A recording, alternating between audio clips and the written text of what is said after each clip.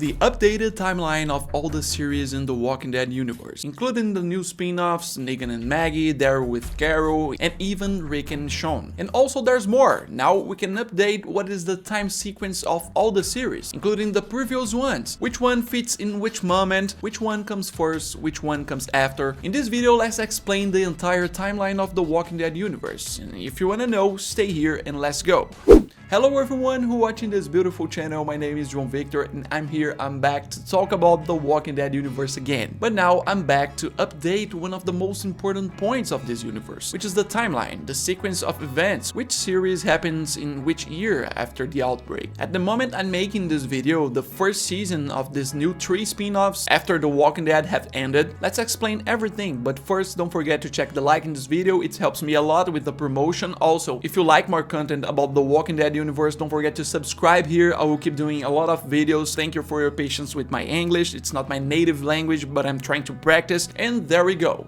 Here's the thing, The Walking Dead, the main show, started back in 2010, and in 2015 we had the first spin-off, Fear the Walking Dead. After that, in 2020, we had the release of the second spin-off, The Walking Dead World Beyond. And then in 2022, we had Tales of the Walking Dead, the anthological spin-off. So after the end of the main show, we started the second phase of this new spin-offs. We had The Walking Dead Dead City, the Negan and Maggie spin-off, the first season of The Walking Dead Daryl Dixon, and also in 2024, The Walking Dead The Ones Who Live, the Rick's spin-off. So let's start with the beginning of everything, with The Walking Dead, the main show. I know Fear the Walking Dead show a lot of more things from the beginning of the outbreak, but in the beginning of The Walking Dead we also see the first day. The first scenes of The Walking Dead, like before Rick gets into a coma, happens in the first day of the outbreak. Yeah, then everyone knows that this show has 11 seasons with a lot of time jumps. From season 1 until the end of season 8, there weren't that many time jumps in the story, but especially at season 9 we had 6-year time jump. After that we had more time jumps, and basically The Walking Dead, the main show, ends around 12 years and 4 months after the beginning of the outbreak. Adding all the time jumps, we know that this is the moment we are in the scene where Daryl leaves the Commonwealth gates in the last episode. He's leaving Commonwealth to look for Rick. This is the same moment we see Judith and RJ waiting at the gates of the Commonwealth to see if anyone will come back, who will come back, and all that stuff. But now, leaving The Walking Dead, the main show, let's go to Fear the Walking Dead, the first spin-off. It starts by showing the first day in more detail, but not that much. And also in this spin-off we had several time jumps, several events, character leaves, character enters, and the last season was released in 2023. But in the story we are close to the end of The Walking Dead, only a little earlier. Fear the Walking Dead season 8 ends around 11 years and 9 months after the beginning of the outbreak. That's the moment when Alicia came back. She's joining Madsen, including Troy's daughter there, Tracy, who joins the two of them, and they are able to go in towards Los Angeles to be able to move on with their lives. And so we don't know if we will ever see these characters again, but now you know the moment it ends, 11 years and 9 months after the beginning of everything, and we have to keep updating, moving to the other spin-off, which the story happens so fast, only 2 seasons. I'm talking about The Walking Dead World Beyond. Yeah, the beginning of the first season of this show is around 10 years after the beginning of the outbreak. It even shows a community that is having an event in honor of the 10 years of the fall of the world, and this show ends in the second season at the time around 10 years and 7 months after the beginning of the outbreak. That's the moment we see Jadis finally return to the Civic Republic, now with Silas, the boy there that she will make him become a soldier. The same moment that Hope and the scientists who fled the CRM are now in a college in the ruins of a university, and it's also the same moment that the other characters, Iris, Elton, and Aisha, arrived at Portland to warn about the threat of the CRM. Well, and then finally we get into the point of the new 3 spin-offs, the 3 new series that have aired after the end of the main show. And first of all, to talk about the right sequence, let's talk about The Walking Dead The Ones Who Live, the Rick and Michonne spin-off. Yeah, in this show it has several flashbacks showing the first years that Rick had arrived in this group. I have to remember that the CRM took Rick from the main show at a time around 4 years since the beginning of the outbreak. This has been more than confirmed for several years. So this show, The Ones Who he lived has scenes from the first months he had arrived, some moments in the first 5 years, in the 6th year, 7th, and in the main timeline, the present of the show, which is when Rick met Michonne. That's where the story begins to happen, that we are around 12 years and few months after the beginning of the outbreak. It's not precise how many months, because we don't know exactly what was the exact period that Michonne spent with Nat, which we see in the second episode there, recovering inside a store after the effects of the gas. We have the confirmation that it was more than a year, but we don't know if it was a year and a month, a year and 2 months, 3, 4, we don't have this confirmation. So from this meeting of the two, Rick and Michonne, and their main mission during the show, we can say that we are around 12 years and a few months since the outbreak. Then we have the whole development of the story of theirs, until the escape attempts, the trauma issues, until episode 6, where they blow part of the leadership of the CRM and can move with their lives. All the story of these episodes happens in a period of a few weeks. And also we have the incredible, exciting and amazing scene at the end of Rick's meeting with the children. Meeting Judith again, meeting RJ for the first time, his son who is already 8 years old. That scene happens around 12 years and 6 months after the outbreak. Yeah, of course, this scene happens after the end of The Walking Dead, but shortly after the end of the main show. Obviously, Judith is grown up there, but it's because the actress, she has grown up. In real life, it was more time of space there to film, but in this scene, it had been a few months after Daryl had already left Commonwealth. He was already gone without coming back, and probably at that very moment, Carol had recently left the Commonwealth. The event we see in the second season of The Walking Dead, Daryl Dixon. She left the Commonwealth to go after Daryl, and then she also ends up in Europe. But then we have to move on to the next spin-off, and the next spin-off is Daryl's spin-off, the one I just talked about. Because some events of this show happens before Rick and Michonne return, but most of the show happens after. So I will put The Walking Dead Daryl Dixon after the ones who leave in the timeline. Yeah, based on the episodes and the explanations we have, Daryl left the Commonwealth to look for Rick and Michonne and look for new things, and sometime around 12 years and 4 months after the beginning of the outbreak, as I said before in this video. And what we can understand from his show, what he tells characters and other things, is that he spent weeks around the United States. He left the Commonwealth, and before he ended up in Europe, he made the journey through some states until he ended up in Maine, where he met a suspicious group there. They have a gigantic ship that transports zombies and people, and that's how Daryl is sent to Europe. And in episode 1, when he got there, when the story begins, we are around 12 years and 8 months since the outbreak. And yet, at that point, Carol had already left so she could go after Daryl. At that very moment in the first episode, when he met Isabel and Laurent for the first time, Carol had already left Commonwealth. And also, at this same time, in the moment the first episode of Daryl Dixon is happening, Rick and Michonne had already returned home. But Daryl didn't know, nor had any way of knowing. I know it's confusing. That's the problem for the Walking Dead universe, but that's the best explanation I can give. And then, going back to the course of this Daryl series, taking all the events of the first season until he manages to escape from the villain there and arrive at the Union for Hope base, all this happens in a period of 1 to 2 months. This first season of Daryl's show takes place around there. Like, it ends in the moment between 12 years and 9 months to 12 years and 10 months since the beginning of the outbreak. This moment at the end of the season that he decides not to return home because the group, the new family he made there, is still in danger. At that moment, Carol was already on her way to meet him. In the future, it will probably show that shortly after she arrived, Rick and Michonne had already returned to home. But Daryl didn't know, and probably Carol didn't know either. Both had already lost contact with their homes a long time ago. But then we have to move on to the next series. It was the first of these new spin-offs to release, but is the most in the future. I'm talking about the first season of The Walking Dead Dead City, Negan and Maggie's spin-off. Their mission in New York City to rescue Maggie's son, who is Herschel. Well, this one is the most difficult new spin-offs to make precise the moment in time, and you can ask why, and I will answer, because at first the production had confirmed that it would take place 2 years after the end of The Walking Dead, the main show. It means sometime around 14 years and 4 months after the beginning of the outbreak. But after they produced the first season, when the series was on, the production and the actors showed up to confirm that this show actually takes place sometime between 5 and 6 years after the end of The Walking Dead. It means that all the events of the first season of Dead City takes place between 17 and 18 years since the outbreak. It's not possible to specify which moment, but it is the one that is most advanced in time. But we also have another spin-off that has different episodes